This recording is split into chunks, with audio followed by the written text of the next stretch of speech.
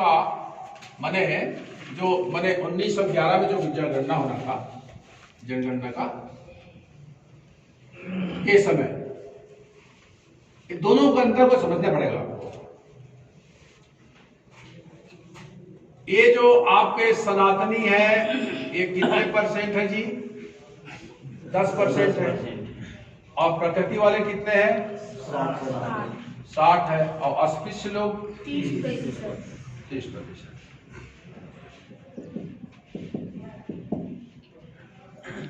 अब मान लीजिए जितने भी सरकार का जो नौकरी से लेकर के उद्योग व्यापार में अगर सरकार बोलता है कि भाई ये इस सब मिलाकर के क्या कहला रहे हैं? 100% हिंदू कहला रहे हैं, है ना? तीनों भाग जो है हिंदू कहला रहा है। लेकिन अगर आप सोचिए कि मान लीजिए तहसीलदार का 100 पद है, 100 तहसीलदार बनाना है। अब मान ले आरक्षण की तरह मान लो उनको सुविधा मिलता या उनको उस तरह से किया था, तो इस 100 में इसको कितना मिलता? सनातनी को न्याय से 10 मिलना चाहिए, 10 मिलता। इसको कितना मिलता? 60 मिलता। इसको 30 मिलता। लेकिन कितना मिल रहा था इसको? 100 में भाई ये 100 है, 100 तहसीलदार, 100 में 10 को कितना मिल रहा है? अरे 100 में 100 ही मिल रहा है भाई, समझ रहे ना? जिसको 10 मिलना चाहिए कायदे से, तो ये 100 में जो इसको 100 ही मिल रहा है। इसको कितना मिल रहा है? 0। इसको कितना मिल रहा है? 0। कहने का मतलब यह है कि 1907 के पहले हिंदू बन करके जो उसको 100 का फायदा है तो 100 का 100 मिल रहा था। अब ये जब जनगणना ऐसा होगा, ऐसा जनगणना से रिपोर्ट मिलेगा कि तो कितना बचेगा? ये 10% ना आएगा। माने हिंदू के नाम से कितना परसेंट है उसका? 10 ही आएगा। तो अब 100 में हिस्सा कितना मिलेगा इसको? 10 मिलेगा। अब घाटा कितने का है उसको? 90 का। ठीक है, घाटा है ना भाई इसको? 90 का घाटा। अब मुझे ये बताओ, अरे 1 का घाटा चलेगा, 2 का घाटा चलेगा? अबे 100 में 90 का घाटा कोई पसंद करेगा? तो वहां पर बहुत बड़ा मतलब एक उनको भूचाल आ गया। सरकार के इस आदेश से भूचाल आ गया। जो उनके नेता थे, और उसमें नेता कौन थे बताओ? उसमें राजनीतिक रूप से जो पार्टी था कांग्रेस, इंडियन नेशनल कांग्रेस, और कोई पार्टी नहीं बनता, एक पार्टी से कांग्रेस। और था उनका धार्मिक सामाजिक संस्था कौन सा था? आर्य समाज। ब्रह्म समाज तो बड़ा था लेकिन उसका कोई अस्तित्व नहीं हुआ, खत्म हो गया। 2 ही संस्था था, एक राजनीतिक पार्टी कांग्रेस और दूसरा उनका धार्मिक सामाजिक संस्था आर्य समाज।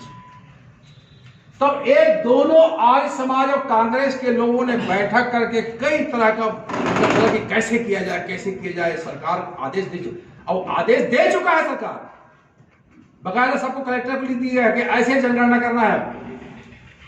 तो अब क्या हो जानते हो? इनके बीच में 2 तरह के मत आया।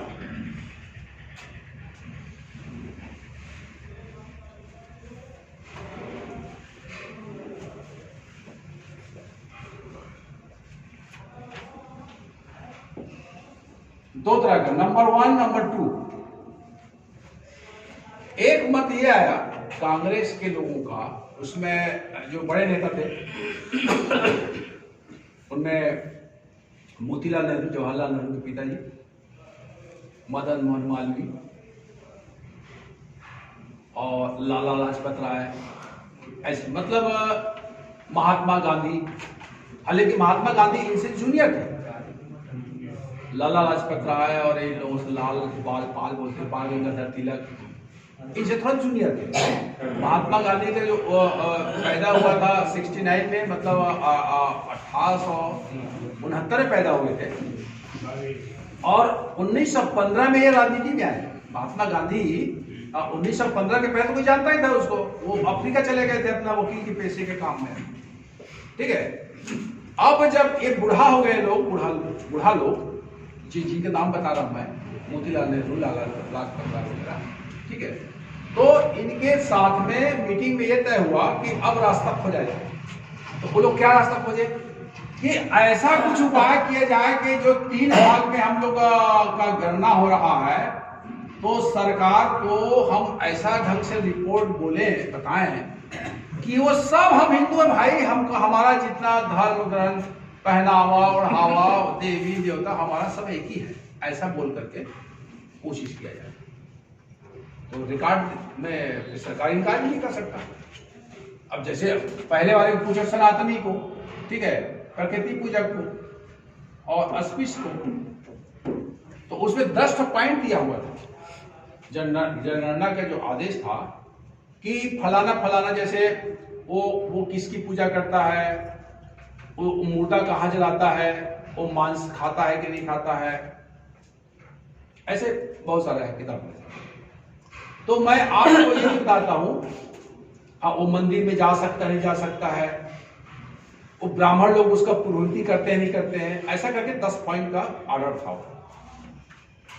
उस ऑर्डर को फेल करना है तो क्या करना पड़ेगा, कुछ दिखाने के लिए कुछ करना पड़ेगा ना। जैसे अब मान लो कोई पूछेगा क्यों भाई अस्पृश्य तुम लोग मंदिर जाते हो, नहीं जाते, तो अब उसको जाना है, लिखना है ना। जनगणना जाता है साहब, तभी आएगा वो। तो वो लोग बोले कि अब इसको मंदिर में घुसाओ भाई, तो वो लोग अब ये थोड़ी बोलेंगे कि हम लोग ये पोल को जानने के लिए वो कर रहे हैं। वो तो बोलेंगे देखो ये लोग अस्पृश्य है, हम लोग बहुत दयावान है, दयालु जीव है हम लोग, इसीलिए इसको हम लोग मंदिर ले जा रहे हैं भगवान के पास। तो उनको कहा गया देखो सबसे बड़े हरिजन यही है, महात्मा गांधी का शब्द है ना हरिजन।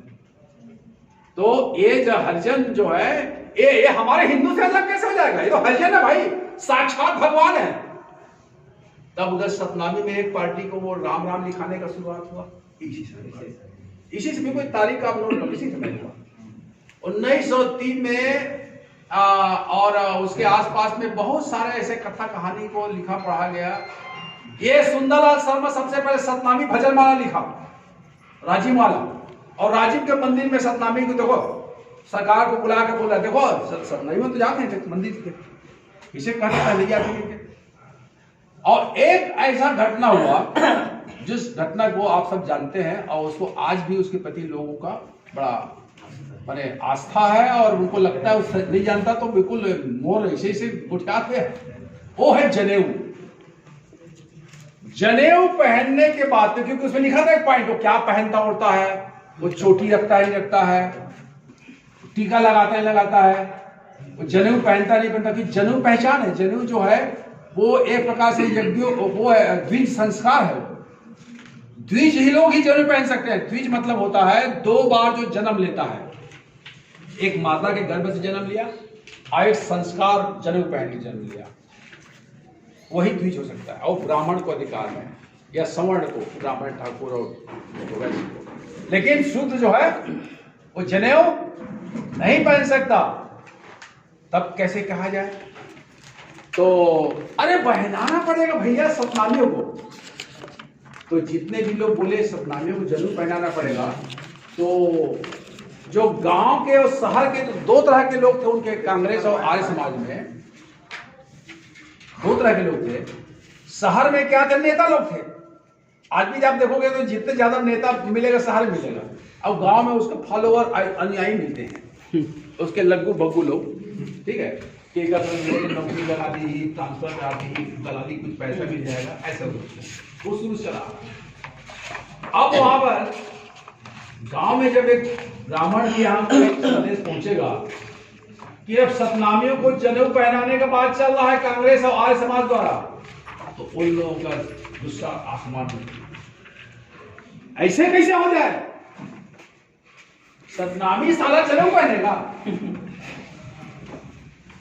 आओ वहां उघरा रहेंगे, मान लीजिए उसमें उघरा रहे आदमी, तो गर्मी का जगह ही है, तो उघरा में तो कमीज उतारते, जनेऊ नहीं उतारा, देखे हो गया उतारता क्या वो जनेऊ वो गर्मी ही लगे होता, बल्कि वो परमानेंट रहेगा, तो वो कुचीरा बांध देते तो खूटी बन जाता और वो खूटी को तो ये लोग बोले गांव के लोग, अरे शहर में तो ठीक है कोई उघर नहीं रहेगा, कपड़ा पहनते रहेगा, पता नहीं चली साले शहर वाला कौन ये जनू वाला है, सतनामी के वहां वाले, लेकिन गांव में तो